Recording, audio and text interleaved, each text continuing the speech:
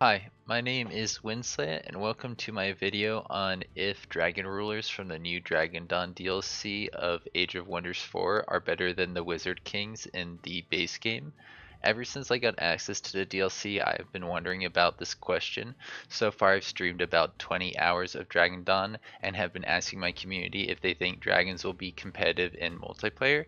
Big thanks again to Paradox Interactive and Triumph for sharing an early access key.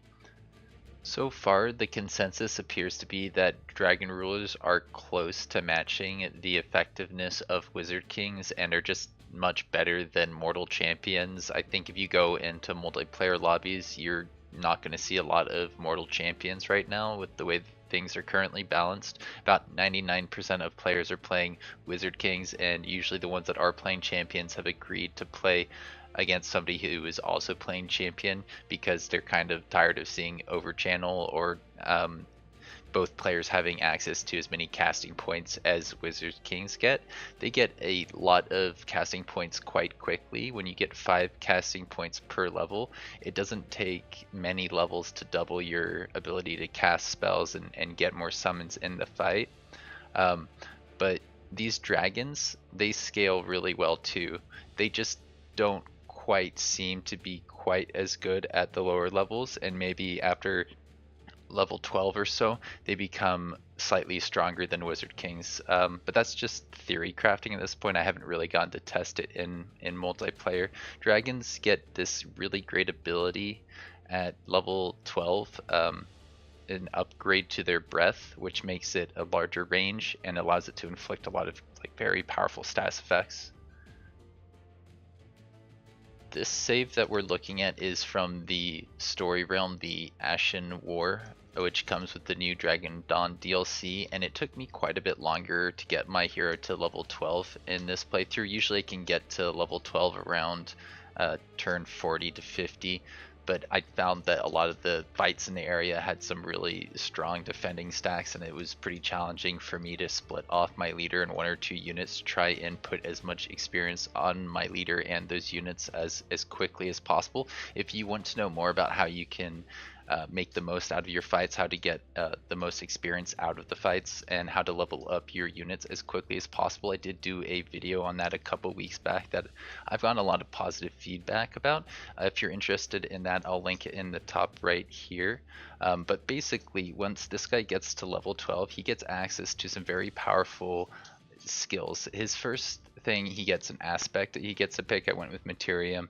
I went into more detail on this in my first video covering Dragon Dawn. And then the second hero skill is just like any other ruler's hero skills they can pick from the normal option of 6. Once they get to 12 though, they get these transformations. My favorite one is this one here. It increases the breath size. It becomes part spirit damage, but I'm already doing spirit damage, so it's not going to change that part. But all of a sudden I can heal my own units and remove status effects, which is massive. Not a lot of things remove status effects. It also applies distracting, which is super valuable. The trade-off here is that it costs mana. This is a really, really good hero skill, but it has a trade-off that most hero skills, or I don't think a lot of things come with. The aspect, I believe, came with a little bit of mana upkeep as well. So that's different, and I think that this, combined with all of the other hero skills you can get, like Quicken Breath, to make it so that this is no longer a 2-turn cooldown, but rather a 1-turn cooldown, allows your dragons to compete with the spell casting abilities of Wizard Kings. If you're not a fan of the healing that you get as an option for the order transformation, there are a lot of other transformations which are quite powerful for different reasons. For example, this one can freeze, I think, 19 units if you take the Comet breath.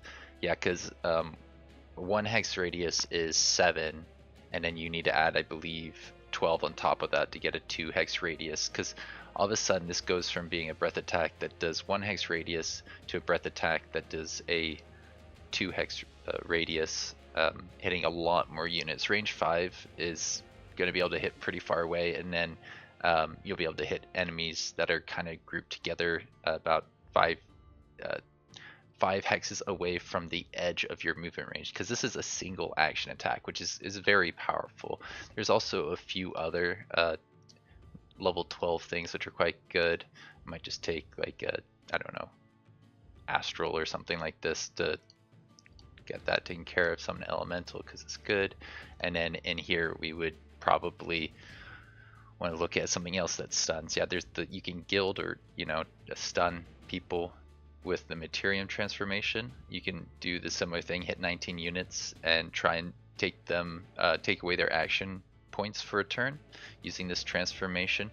But yeah, I think in general these are great in combat, but because they're only useful in combat and the dragon doesn't get access to a lot of things to boost the economy, that Wizard Kings will pull ahead because of that.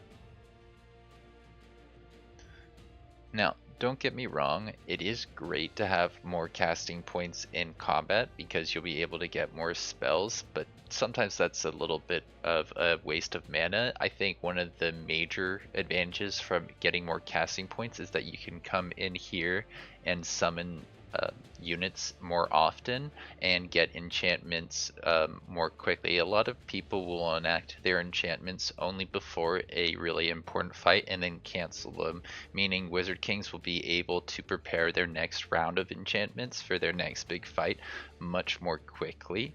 And that it cannot be underestimated. That will save them a lot of mana in the long run, and they get more mana, so it just kind of has this compounding effect, making Wizard Kings pull way ahead of Mortal Champions. And I think at least until level 12 that they'll be better than the dragons, but after that point it's it can go to either player depending on their choices. The biggest issue Dragon Rulers run into is that they need a couple level ups before they are able to do well in auto combat, but they scale quite well. Low level Dragon Rulers tend to run in and use their cone attack and their melee attacks, putting them in danger, leading to them taking a lot of damage in auto combat, especially if you don't have a lot of other melee units that will run in at the same time and support them. So this basically makes them harder to use in most multiplayers, because most multiplayers will use auto against the AI and manual against other human opponents, and it makes the game a little bit more tedious in single player because you'll just have to end up manually fighting a lot more of your combats. This is supposedly a pretty straightforward, easy combat, but let's see, if I auto this, part of that may have been due to the effect that we have here, but you see my hero took a little bit of damage. We lost a unit, which really shouldn't happen here, and we can just click replay to see how that happened.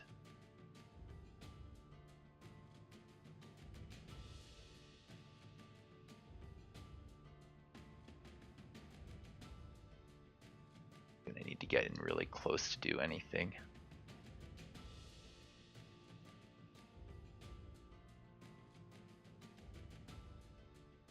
Fly in there, do his thing, and these guys are going to do a lot of damage to him on their turn. Sure, this unit dying may happen even with the Wizard King in this fight, but this guy shouldn't have to get this close to be effective. That's really close. Here we see what's going to happen is you take a lot of damage, like a lot of damage for an early combat.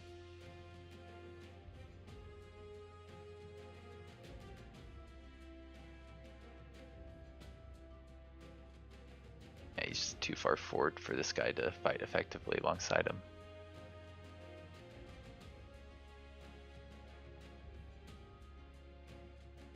I have a feeling that if I retry this, I can do this without taking much damage or any losses. I think I did that actually in my stream earlier. This guy just needs to be the one in front and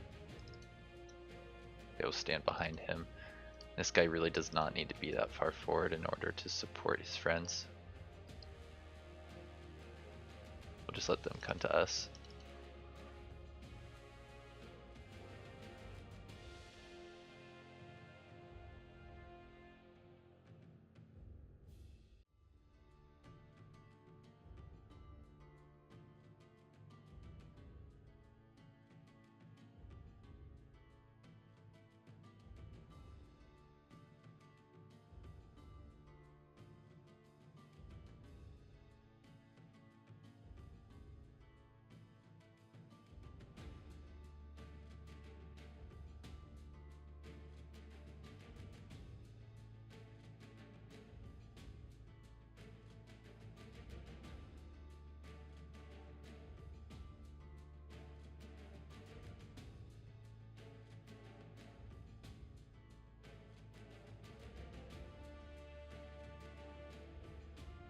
much better result.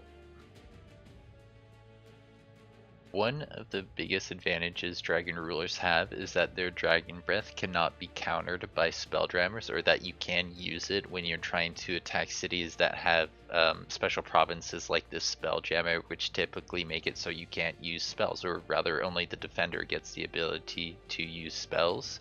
And that can't that shouldn't be underestimated. It's quite a big difference. A lot of people estimate spells to be somewhere between half of their abilities to fight or half of their strength to, I don't know, maybe a quarter or so, but it's definitely in that range. Not having access to your spells is a pretty big disadvantage, and dragons being able to do something similar to spells when spells are blocked is not nothing. Resetting dragon skills dramatically changes how your dragon plays in combat, so it is good to keep enough Imperium around so that you can click this button every once in a while. For example, if I'm fighting undead, I may want to shift into an order transformation. If I'm fighting a bunch of frozen guys, I may want to shift into something that does fire damage or something along those lines. I think Chaos gets access to the fire damage, so you could say I want to be more chaos oriented to deal with the frost guys. Yeah, this says that part of your damage becomes fire, so that's something that I would keep in reserve until right before a big fight.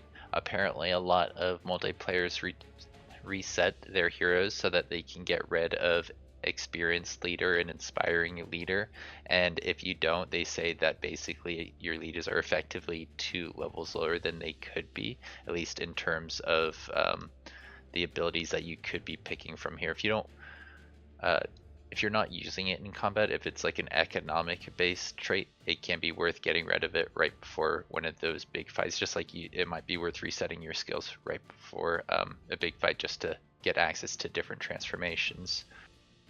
Dragon Rulers are definitely good in multiplayer games that use teams like a 2v2. For that, one player could take a Wizard King while the other one takes a Dragon Lord, so that they have protection from a Wizard King while they level up their dragon. It is harder to counter a team that is bringing a wider variety of mechanics for you to deal with and counter, so by adding that to your roster, you're going to make your team generally a lot stronger, although they may be doing something similar. Oathbound and Shakarn in Age of Wonders Planetfall had similar design philosophies in that they had glaring early game weaknesses, but turned into late game powerhouses if left alone long enough. For example, Shakarn was weak to status effects, and Oathbound relied on melee, making it slightly harder for them to avoid damage from fights, and, you know, kind of similar to dragons, were bad in auto combat for similar reasons. For those who don't know, Shakan was added in the Invasions DLC, and Oathbound came in the Star Kings DLC. And I just find it interesting that it seems like the DLCs for Age of Wonders 4 are following similar design choices. It makes sense, you know, it's developed by the same studio. That's everything I have for you today. Thanks for joining me. I'll see you around. Have a good one.